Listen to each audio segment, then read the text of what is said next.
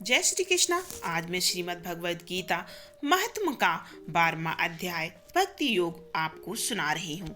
श्री महादेव जी कहते हैं, पार्वती, दक्षिण दिशा में कोल्हापुर नामक एक नगर है जो सब प्रकार के सुखों का आधार, सिद्ध महात्माओं का निवास स्थान तथा सिद्धि प्राप्ति का क्षेत्र है। वह पराशक्ति भगवती लक्ष्मी की प्रधान पीठ है। संपूर्ण देवता उसका सेवन करते हैं।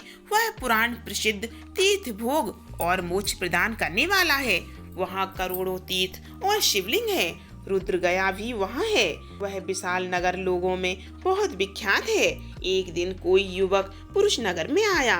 वहाँ कहीं का राजकुमार था। उसके शरीर का रंग गोरा, नेत्र सुंदर, ग्रीवा शंख के समान, कंधे मोटे, छाती चौड़ी तथा भुजाएं बड़ी बड़ी थीं। नगर में प्रवेश करके सब ओर महलों की शोभा निहारता हुआ वह देवेश्वरी महालक्ष्मी के दर्शनार्थ उत्कंठित हो मणिकंठ तीर्थ में गया और वहां स्नान करके उसने पितरों का तर्पण किया। फिर महामाया महालक्ष्मी को प्रणाम करके भक्ति पूर्वक स्तवन करना आरंभ किया। राजकुमार बोला, जिसके हृदय में असीम दया भरी हुई हो, जो समस्त कामनाओं को देती तथा अपने कटाक्ष मात्र से सारी जगत की रचना, पालन और संहार करती है, उस जग माता महालक्ष्मी की जय हो।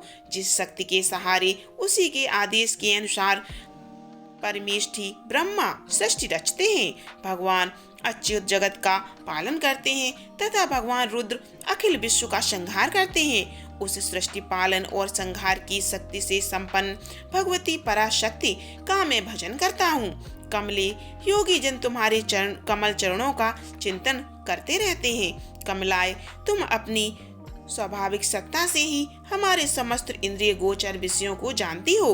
तुम ही कल्पनाओं के समूह को तथा उसका संकल्प करने वाले मन को उत्पन्न करती हो। इच्छा शक्ति, ज्ञान शक्ति और क्रिया शक्ति, ये सब तुम्हारे ही रूप हैं। तुम परासंचित परम ज्ञान रूपनी हो। तुम्हारा स्वरूप निष्काम, निर्मल, नित्य, निराकार, निरंजन, अंतरहित, आतंक शून्य, आलंबहीन तथा निरामय है। देवी, तुम्हारी महिमा का वर्णन करने में कौन समर्थ हो सकता है, जो 60 चक्रों का भेदन करके अंतःकरण के 12 स्थानों में विहार करती है। अनाहत, ध्वनि, बिंदु, नाद और कला, ये जिसके स्वरूप हैं, उस माता महालक्ष्मी को मैं प्रणाम करता हूँ। माता, तुम अपने मुख रूपी पूर्ण चंद्रमा से प्रकट होने वाली अमृत रास को बहाया करती हो। तुम ही परा, पश्यंती, मध्यमा और बैखरी नामक वाणी हो। मैं तुम्हें नमस्कार करता हूँ। देवी, तुम जगत की रक्षा के लिए अनेक रूप धारण किया करती हो। अंबिके, तुम ही ब्रह्मी, वैष्णवी तथा महेश्वरी शक्ति हो। पाराही, महालक्ष्मी, नारसिंगी, ऐन्द्री, कौमारी, चंडिका, जगत को पवित्र करने वाली लक्ष्मी, जगमाता सावित्री, चंद्रकला तथा रोहिणी भी तुम ही हो। परमेश्वरी, तुम भक्तों का मनोरथ पूर्ण करने के लिए कल्पलता के समान हो। मुझ पर प्रसन्न हो जाओ। उसके इस प्रकार स्तुति करने पर भगवती महालक्ष्मी अपना साक्षात स्वरूप धारण करके बोली, राजकुमार, मैं तुमसे प्रसन्न हूँ। तुम कोई उत्तम वर मांगो। राजपुत्र बोला, माँ, मेरे पिता राजा बृहद्रथ अश्वमेघ नामक महान यज्ञ का अनुष्ठान कर रहे थे। वे देवयोग से रोगग्रस्त होकर स्वर्गवासी हो गए।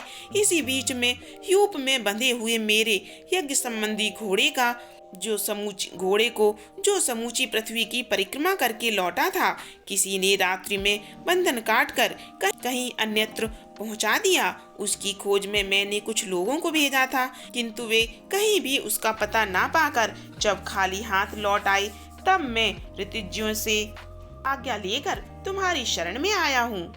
देवी, यदि तुम मुझ पर प्रसन्न हो तो मेरे यज्ञ का घोड़ा मुझे मिल जाए, जिससे यज्ञ पूर्ण हो सके। तभी मैं अपने पिताजी का ऋण उतार सकूंगा। शरणागतों पर दया करने वाली जगजननी लक्ष्मी, जिससे मेरा यज्ञ पूर्ण हो, यह उपाय करो।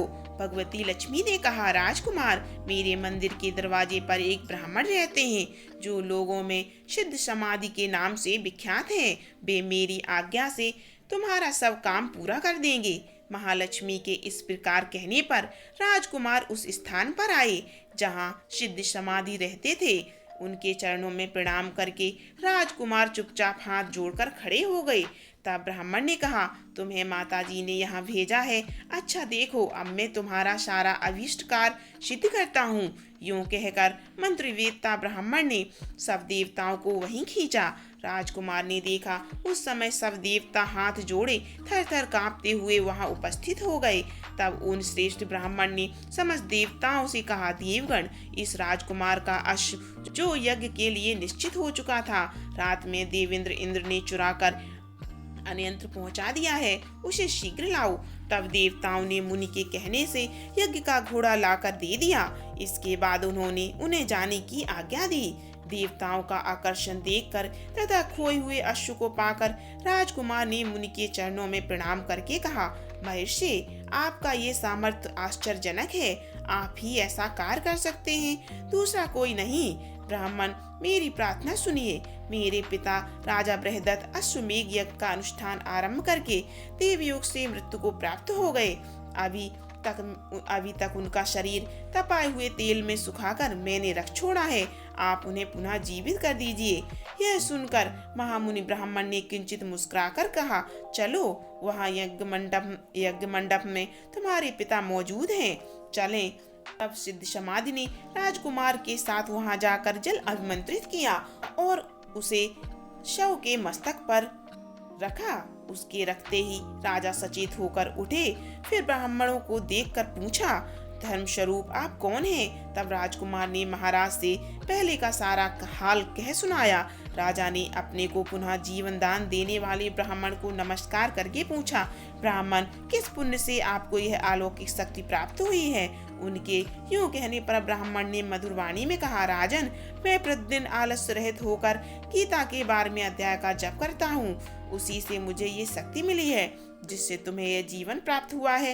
यह सुनकर ब्राह्मणों सहित राजा ने उन महर्षि से उनसे गीता के 12वें अध्याय का अध्ययन किया। उसके महात्म से उन सब की सद्गति हो गई।